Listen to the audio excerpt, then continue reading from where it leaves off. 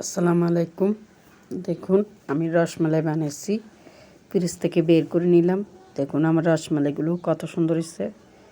কাল রাত্রে বানিয়ে রেখে দিয়েছিলাম ফ্রিজে। এরকম আপনারাও দেখে বানাতে পারেন, ভালো লাগে। দেখুন আমি সব এখানে নিছি। এই যে ময়দা, তারপরে ঘি নিলাম, তারপরে নিলাম বেকিং পাউডার, তারপরে চিনি, ডিম 2টা, তারপরে নিয়ে নেব গুঁড়ো দুধ। এগুলো দিয়ে কী বানাই দেখুন। আপনার দিয়ে দিচ্ছি ডানুর দুধগুলো এখানে 1 বাটি। তারপর দিয়ে দিব ময়দা, দেখুন ছোটো চামচে 1 চামচ ময়দা। তারপর দিয়ে দিব বেকিং পাউডার, এই যে বেকিং পাউডার, বেকিং সোডা না বেকিং পাউডার। তারপর দিয়ে দেব ঘি 1 চামচ ঘি,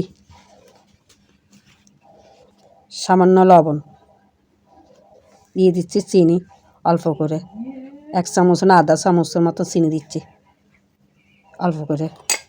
একটা ডিম ভেঙে নিয়ে নিলাম। ঘিটা দিয়ে আমি এগুলোকে ভালো করে একটু মেখে নিচ্ছি, সব মিক্স করে নেব। সবগুলো মাখা হয়ে গেছে, এখন ডিমটা দিয়ে ভালো করে মেখে নেব।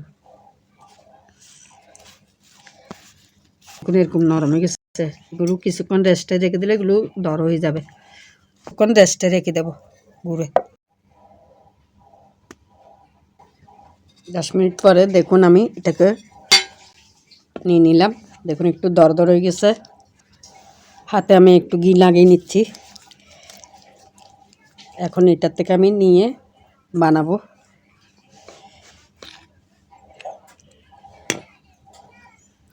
করে ছোট ছোট করে লেচিপ কেটে নেব। এখন আমি ছোট ছোট বল বানিয়ে নিচ্ছি। এরকম বলগুলো পরে আমি আকার দেব, শেপ দিয়ে নিচ্ছি। দেখুন শেপ দিচ্ছি এরকম।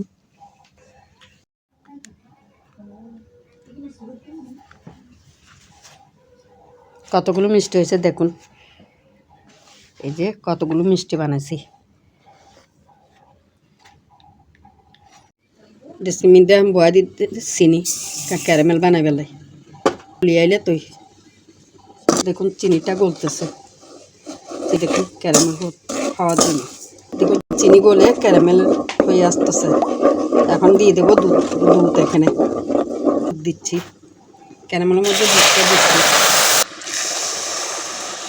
এখন দুধটা ডালে দিলাম।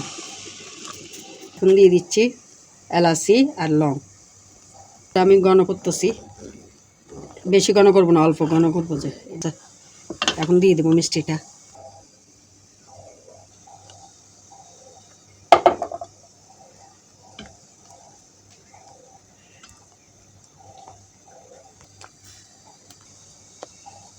দিয়ে দিচ্ছি দেখুন, আসতেছে দেখুন। দেখুন দুধ মিষ্টিটা হয়ে আসতেছে, আমি এটা গুঁড়ো দিচ্ছি। দেখুন আমার রসমালাইগুলো কত সুন্দর ফুল উঠতেছে।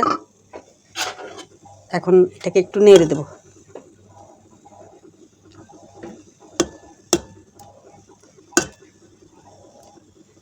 দেখুন বেশি উঠছে।